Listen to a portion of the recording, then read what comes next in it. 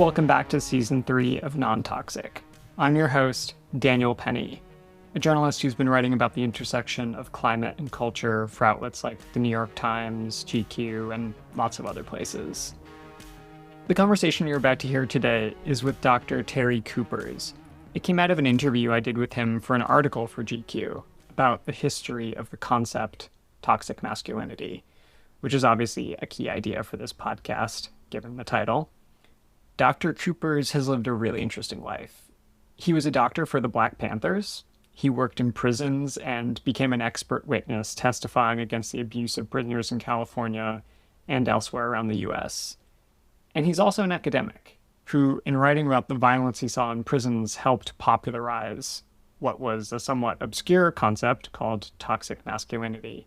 You have to fight, because if you don't fight, you develop a reputation as basically a sucker, a weakling, but a victim. So you have to fight and you have to make a good showing. How is that different than how we behave out here? What are the proper things a man does to move up, either to become a law partner or become prominent in their field? It's the same as in prison. Dostoevsky said something like, if you want to know what a society is about, look in its prisons.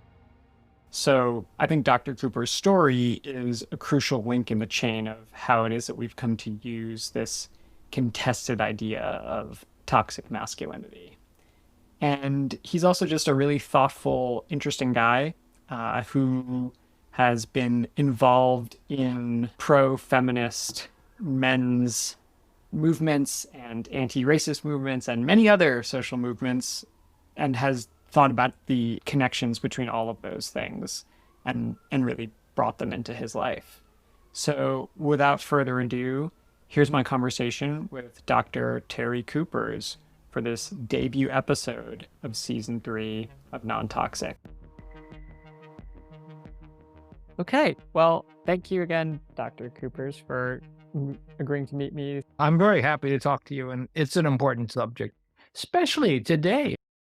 I thought we could start by just discussing your background in prisons and how that led you to writing one of the more influential academic texts using the concept of toxic masculinity. My work just happens to be about prisons. That's where I've evolved. And my work has always been an attempt to unify theory. So I've worked in various communities, domains. One was the civil rights movement in the 60s, the peace movement. Then it was the women's movement, and then the pro-feminist, anti-racist men's movement. And always I'm trying to integrate the thinking in each of those areas. So what happened that I got into prisons, I finished my training in psychiatry in 1972 or 74. 72, I finished my residency. I took a 2-year fellowship in community psychiatry. So I was a full credentialed licensed psychiatrist in 1974. In 1970, J. Edgar Hoover and the FBI formed a group called COINTELPRO, which was an attempt to create a collaboration between federal forces like the FBI and local police in wiping out. They framed it in terms of wiping out criminal activity, but really it was wiping out dissent. So they put people like the Black Panther Party and Angela Davis on their most dangerous list. They attacked, what's his name, in Chicago? Fred Hampton. Yes, they killed him in his sleep. I think it was right around 1970. And then 2 days later, they attacked the Los Angeles Panther office. I was the doctor for the Panthers in Los Angeles. The Bunchy Carter Clinic was named after a Panther who had been killed at UCLA. My clinic was in the first floor of the Panther building. The second floor was the Panther office and where the Panthers lived. The police swooped down with tanks, bazookas, helicopters, snipers, and they were going to wipe out the Panthers. We got a couple of thousand people out in the middle of the night to surround the Panther office so that they could not just wipe them out, just kill them and demolish the building. So they shot them up and they arrested them and took them to jail. I was their doctor because they got their medical care at my clinic.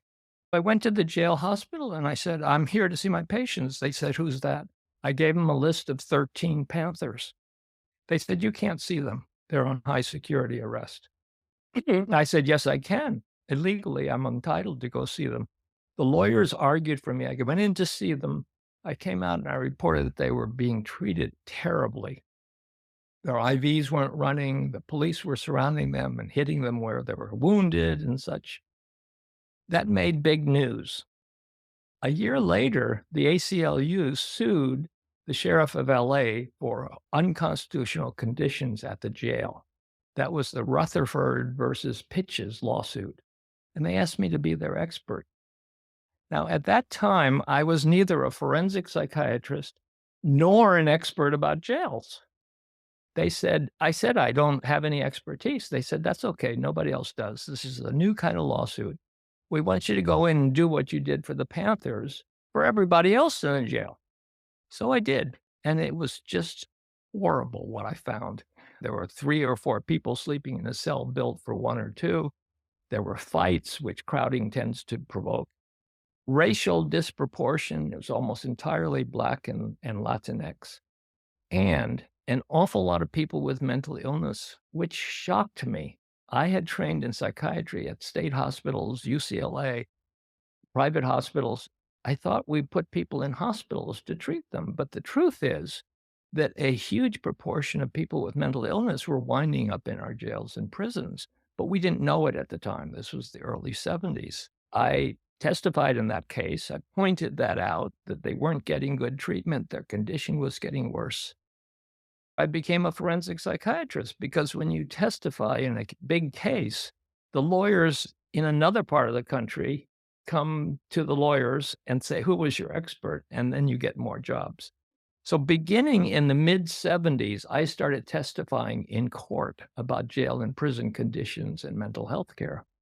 So I always integrated thinking about gender issues and looking at the prison situation. And that's how I developed that mix. Okay.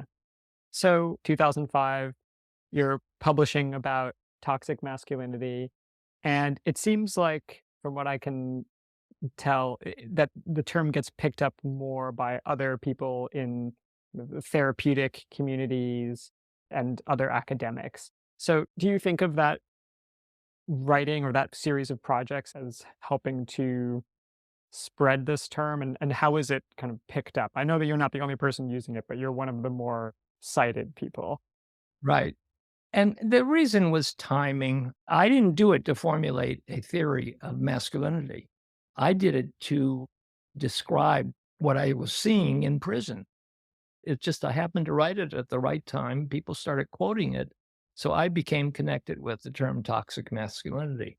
That is my most quoted article, the 2005 article. Meanwhile, I had a theory. I still have this theory. And it's basically that Dostoevsky was right. Dostoevsky said something like, if you want to know what a society is about, look in its prisons. And, he spent a long time in prison. So I started noticing, I was writing already about the sort of gladiator fights on the prison yard and the rape as sort of the award to the victor of a prison fight. I thought, what is that? That, in a way, is a concentrated expression of a form of masculinity in the outside world, which goes into corporate battles for control. It goes into sexist behavior on dates. It goes into homophobia in the society as a whole. But what we're seeing is a concentrated and exaggerated version in prison, because prisoners don't have other ways to express power. Everything has been taken from them, their identity, their financial situation, their power in social outside institutions. So in prison, what they have is their skill as a gladiator, a fighter, and they set up a hierarchy. There's a power hierarchy, which is very exaggerated in prison. And you struggle basically not to be at the bottom. Most people don't care about being at the top. They don't want to be the top dog like the gang shot caller. They just don't Does want to be that at the put a target on your back? Yes. Yes, very much. And so what happens is you go into prison as a young man. Usually these are teenagers or young adults, and you have to fight because you're going to be challenged when you enter the yard.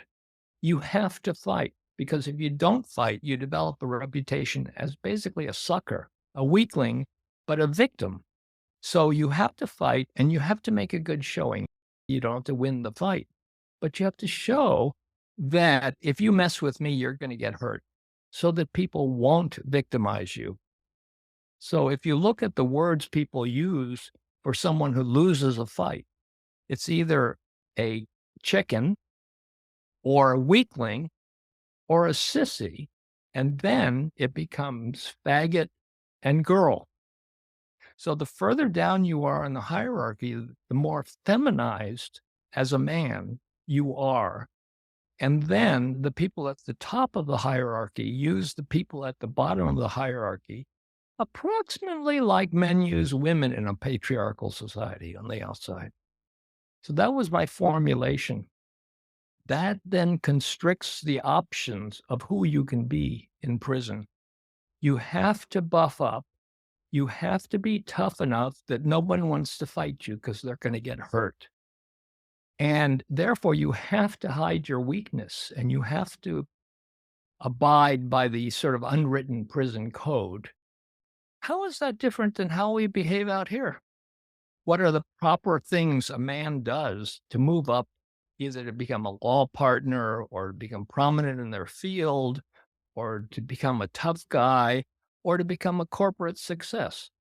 It's the same as in prison, but what we saw in prison is a concentrated, dramatic reflection of the dominance hierarchy of the outside world. Would you argue then that in prison, toxic masculinity, it's a matter of degree, not of kind? That this is the same substance, so to speak, just in a more concentrated form, rather than a kind of a different type of thing that's happening? That's right. And the context is that my argument the whole time, and once I went into the jails and prisons, I developed a lifetime commitment to expose what's going on in there because it's dreadfully secret. The secrecy, the lack of public surveillance of what goes on in prison fosters, it's the prerequisite for the abuses and the violence that occur in prison. So I took on the task, the duty of exposing that either in court, which I do when I testify, or in public, which I do with my writing. And so what I'm trying to do is expose what's wrong with what goes on in prison. Mostly I'm exposing the administration's horrible abusive treatment of prisoners. For instance, slavery. We have slavery in the prisons where people have to work or they're punished. Well, we have lawsuits going on about that right now. So I want to publicize that. I want prison to be viewed as a part of our society. It's where we disappear people. So lock them up and throw away the key means we don't care about what goes on in there. Women are raped at Dublin Federal Prison. And people say, so what? They did a crime. I don't want to talk about that. And that is dangerous for democracy. I think prisons are a part of our society. We should have public surveillance of what goes on in prison, and we should have a public discussion of what we believe in. For instance, whether we believe in protecting people from sexual abuse, whether we believe in rehabilitation as important or more important than punishment. That should be a public discussion. But because the prisons are so closed off to the public, including journalists, because, for instance, in California, there's a law that you cannot interview a prisoner without the express permission of the Department of Corrections. And the reason for that law is that we have some very prominent prisoner journalists, and they tell their story to the embarrassment of the Department of Corrections. So they made a gag order, basically. that if you're a journalist and you want to talk to prisoners, you have to do it our way. And if you write the wrong thing, we're not going to give you permission to talk to prisoners. Well, that's pretty much a reflection of how it works nationally.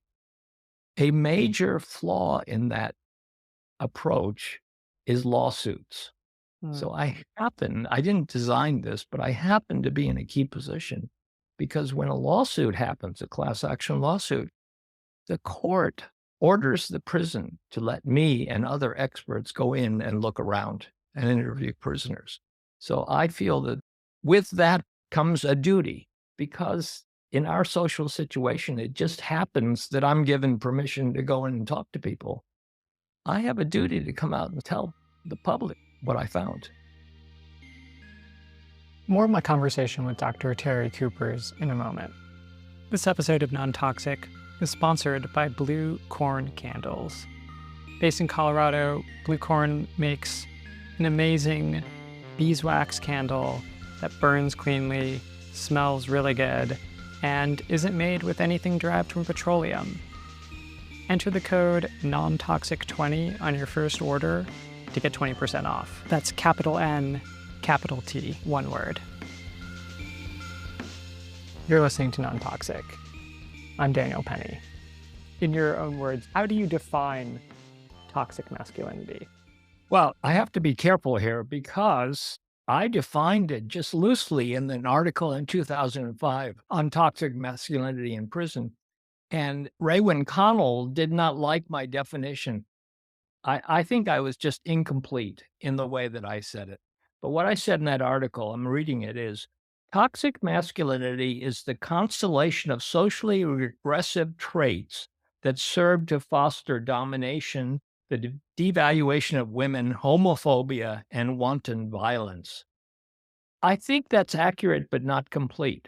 And what Raywin said is you have to take into consideration the domination hierarchy and how toxic masculinity reinforces or is required to maintain the domination hierarchy. I agree. I don't think this is about roles and traits. It's about an entire social structure where toxic masculinity is one possibility for men. Toxic masculinity is a set of choices on the part of men that fosters or maintains patriarchal domination. And that's Raywin's critique of me. I totally accept it. So if I were to define it today, I would say toxic masculinity is the constellation of socially regressive traits and the structural sort of position of maintaining a dominance hierarchy. Connell also uses the term hegemonic masculinity. What is hegemonic masculinity and what distinguishes that from toxic masculinity? All of this occurs within a social and historical context. At different points of time, different forms of masculinity emerge and become more or less powerful, dominant.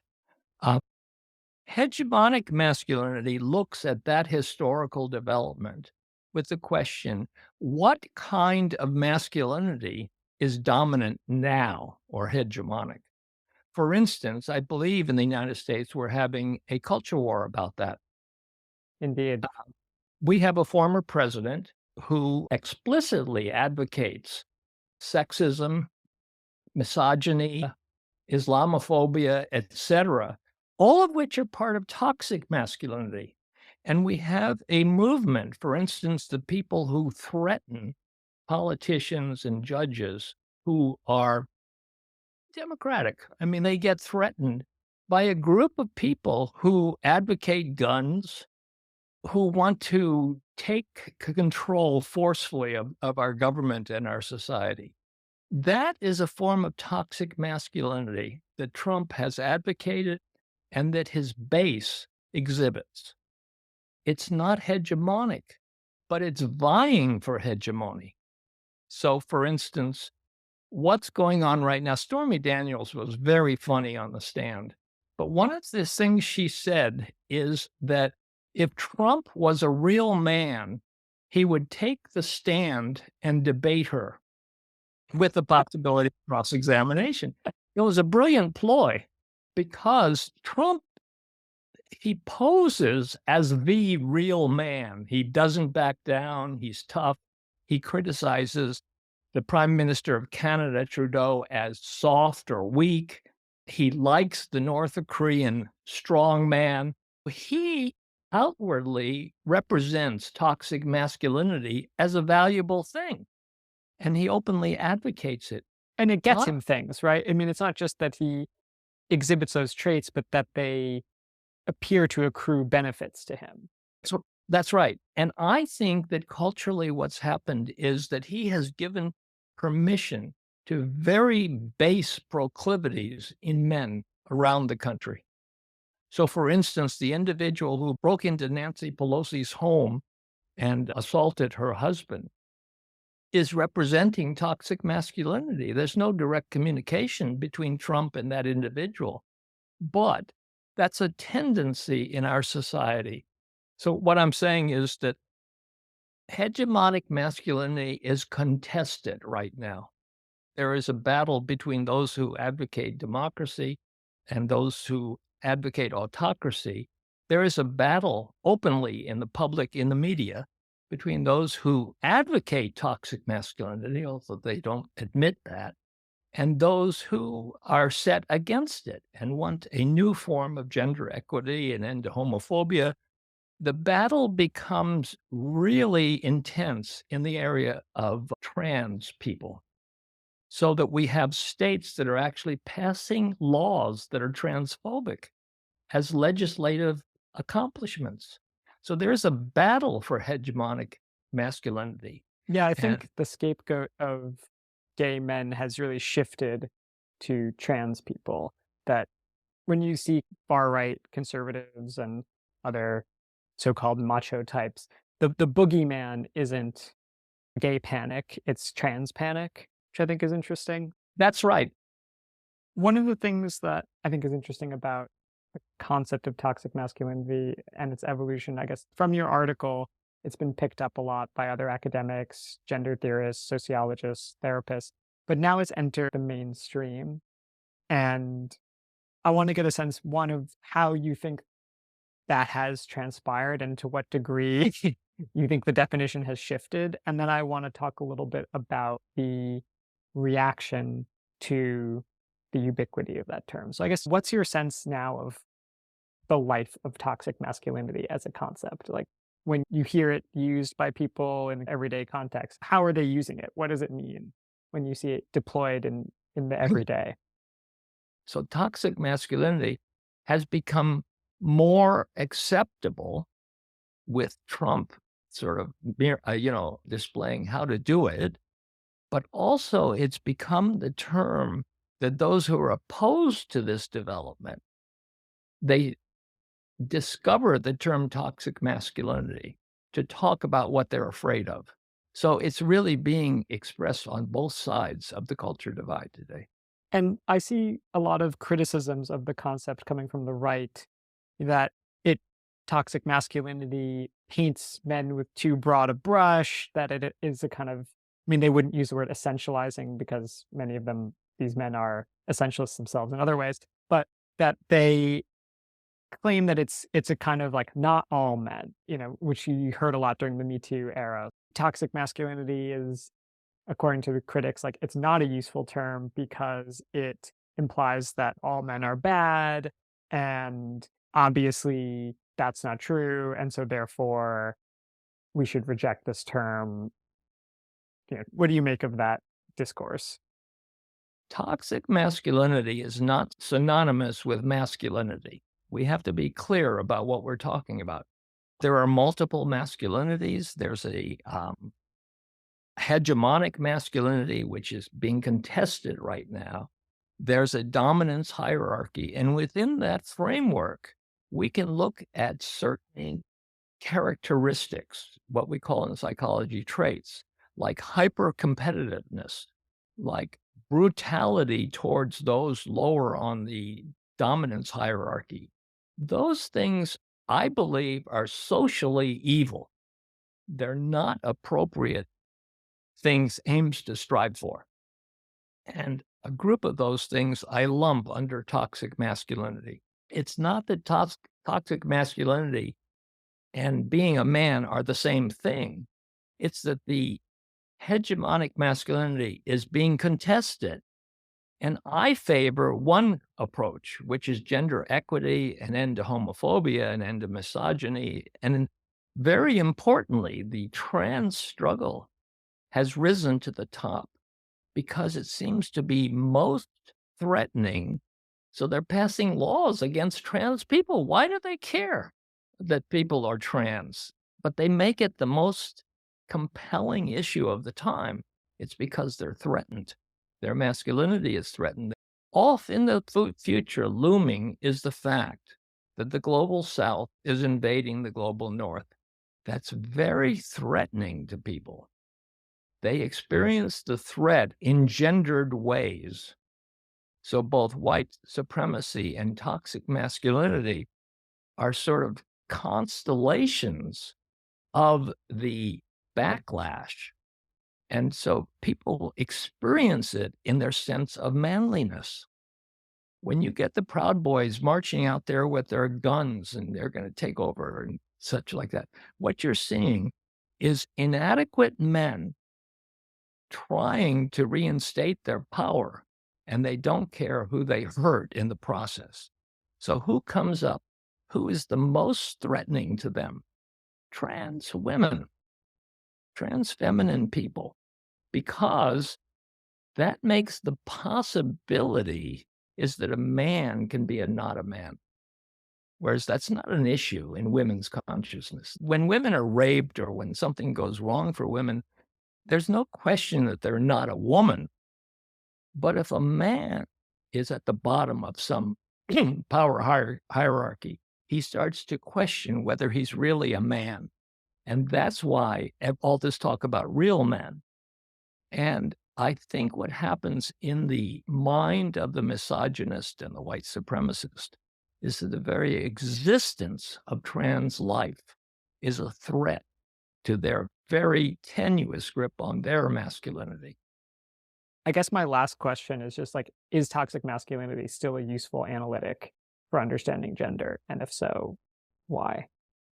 I think it's got life in it. And the reason is that it's so popular. So I want to talk about all the stuff we've been talking about. It's very hard to talk about that with people who don't agree with me, because then they say, oh, you're saying toxic masculine. I'm toxic masculine. I'm saying, no, I didn't say that. Toxic masculinity is one of the masculinities that men are capable of effecting. And we have to struggle to reduce its grip. I believe that's true. The term has become widespread, used wrongly. So the right wing says they're accusing me of being toxic masculine, just like they're accusing me of being pro-slavery, because my privilege right now is built on the back of slaves in a century ago, 2 centuries ago. I think we have to have a more complicated discussion, a more nuanced conversation, where the fact that men have various possibilities of how they're going to raise their children, and what we should do is everything we can do to avoid toxic masculinity becoming hegemonic. That discussion requires a lot of sophistication and nuance. So somehow I have to convince the Proud Boy white supremacist that he's not losing power because trans people are getting the treatment they need in their adolescence. What threatens his power is the widening gap between the rich and the poor. The reason you're feeling inadequate is because the rug is being pulled out from under you economically by the super rich. Don't you see that? And the answer is right now, no, they don't see that. They see that they're being invaded by trans and Muslim people, immigrants. And that's the problem. If they could stop that, they would feel powerful again. They're wrong. They wouldn't feel one bit of power from that. It moves us towards autocracy. And that's what we have to resist at every moment. Dr. Kupers, thank you so much for making the time this morning.